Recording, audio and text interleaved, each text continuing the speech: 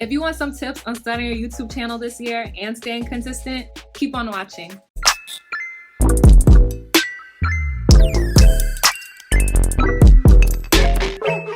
Hey guys, it's Shanice. Welcome back to my channel. If you've been here before, welcome. If you're new, I know you guys haven't heard that in a while, but we are now in 2021, so Happy New Year, everyone.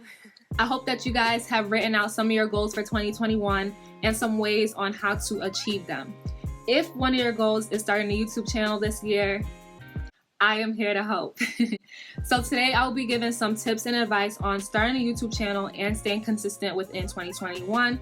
I know I am a small YouTuber, but I've learned a lot over the past 6 months and I want to share that knowledge with you guys. Before we start, make sure to go ahead and subscribe to the channel, subscribe to the family, and leave a like on the video and a comment after watching the entire video. Let's get started. I want to give you guys a little bit of a backstory, and don't worry, it's going to tie into the first tips that I give you. I originally wanted to start YouTube back in 2016, so I remember it like it was yesterday. It was summer 2016. My younger cousin was here for the summer, and I got her to do a video with me. The video, or the trend at the time that was very popular, was the headphone challenge. So you would put the headphone on, listen to music, and guess what the other person would say. We did the whole entire video, and then the video was just sitting there on my computer. And although in my head I really wanted to do it, my heart just wasn't there. For me personally, it was about editing. So editing was just like a challenge for me, and I just didn't really care to do it. But because of my perfectionist mindset, I was just not about to put the video out there on the internet like that. So fast forward 2020, I was talking to one of my friends, and she was about to do her YouTube channel, and I started to reconsider if I wanted to do it. But I told her, give me a week. I'm gonna really think on this, make sure that it's something that I really want to do. Within that week, I started researching and just researching some ideas that I want to do. And in that time frame, it just came to me and it clicked, like, I really want to do this, so I'm definitely gonna do this. So this is where tip 1 comes in. Make sure that you really want to embark on this YouTube journey, and also start to do your research. So start to come up with 10 to 15 video ideas that you know you can do. A lot of the times people may come on YouTube, they may start one video, and then they may be gone for like 2-3 months. And sometimes this may be because they have a lot going on, they may be very busy, but most times it's because they don't even know what to do for their second video. So coming up with a list of ideas of what you want to have on your YouTube channel is a great way to start. Consider all that comes along with YouTube. So the time it takes to record, planning content, editing is really big. So just take the time to consider this and make sure that you really want to do this. Tip number 2 is actually making the channel and setting up everything that goes along with it.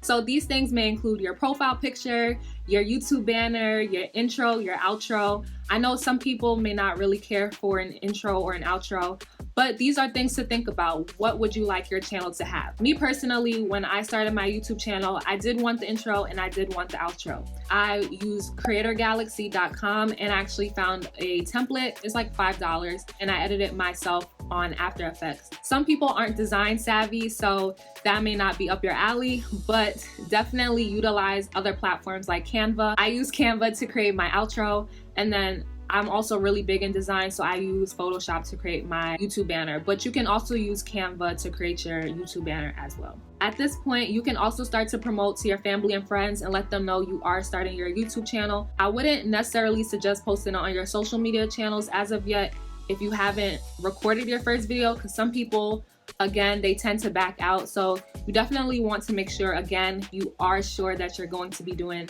this YouTube channel. But if you know you are sure, definitely go ahead, put on Instagram, put on Twitter. This just allows you to get a couple of subscribers before you officially start posting. Tip number 3 is to use what you already have.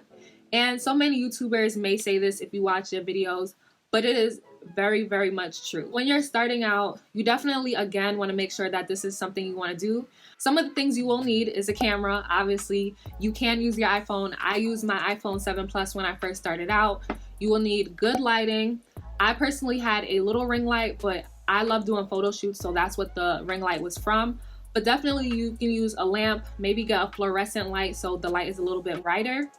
And then you will need a good video idea as well as editing software. For editing software, many people do have a MacBook, or they may have their iPhone that has iMovie on it. iMovie is a popular editing software. I still use it today. I personally use it on my Mac, but for the people who may not have Macs but they have an iPhone, you can definitely also edit on your iPhone. One thing I would suggest though is, depending on how much videos you're doing or how much content you're saving on your phone or computer, you will need to eventually invest in an external hard drive. For those of you who may have an Android or a Dell or HP or any other type of computer, you will definitely have to research for some other editing software. I know some people do use Final Cut Pro, which can be a little pricey unless you're using like the trial or you get it some other way. Or some people use Adobe Premiere Pro as well. So you can definitely research and find which one works best for you. Tip number 4 is the fact that your first video may not be your best video, and that is okay. If you guys go back and watch my first video, would highly not suggest it. But if you insist on going to watch it, you guys will see how nervous I was just in talking to the camera. So I know for me, it was definitely nerve-wracking. I know talking to yourself shouldn't be nerve-wracking, or talking to the camera shouldn't be nerve-wracking, but I think it was just the aspect of I'm talking to myself. And I know now that you guys, are watching me and listening to me, and so it feels like, we're having a conversation.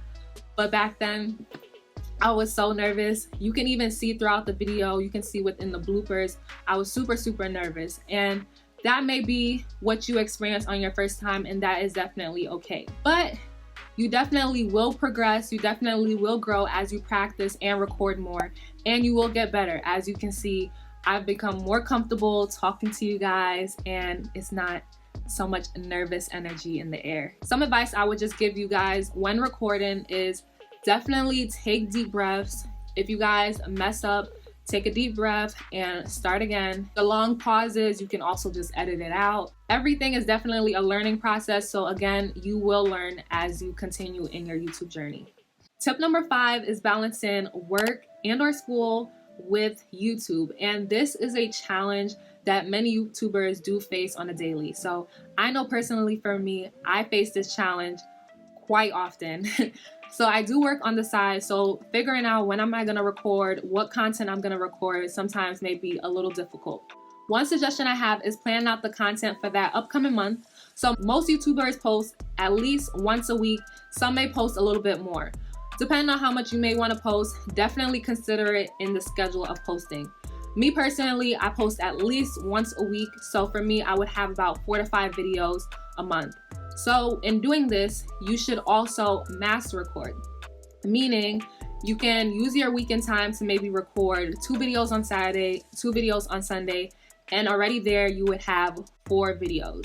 This just allows you to stay on top of things, because let's say you have something that's going on in the next weekend, you already have a video for the next week, so you wouldn't have to worry about not being consistent. But I am still struggling to do this. Sometimes I may record a video and then I'm like, I don't want to record anymore for today.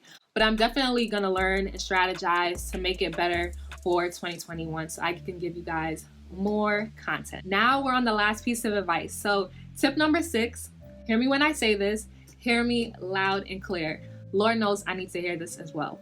But do not let the number of subscribers or the number of views per video discourage you from posting. In the beginning, it definitely is a little bit harder. You will have to motivate yourself to keep posting. You will definitely have to have self-discipline.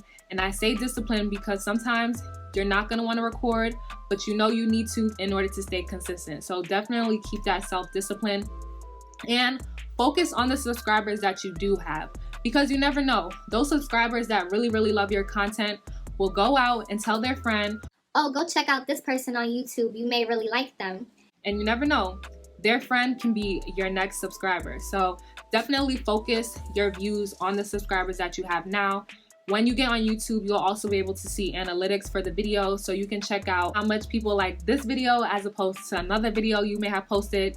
And you can start to do more of these videos if you know your subscribers really like to watch these, or your viewers really like to watch these. With that being said, also do not compare yourself to other YouTubers. Definitely focus on staying in your lane. Some YouTubers may have a lot of subscribers and only one video, and you're over here feeling bad because you may have a little bit of subscribers and so much videos.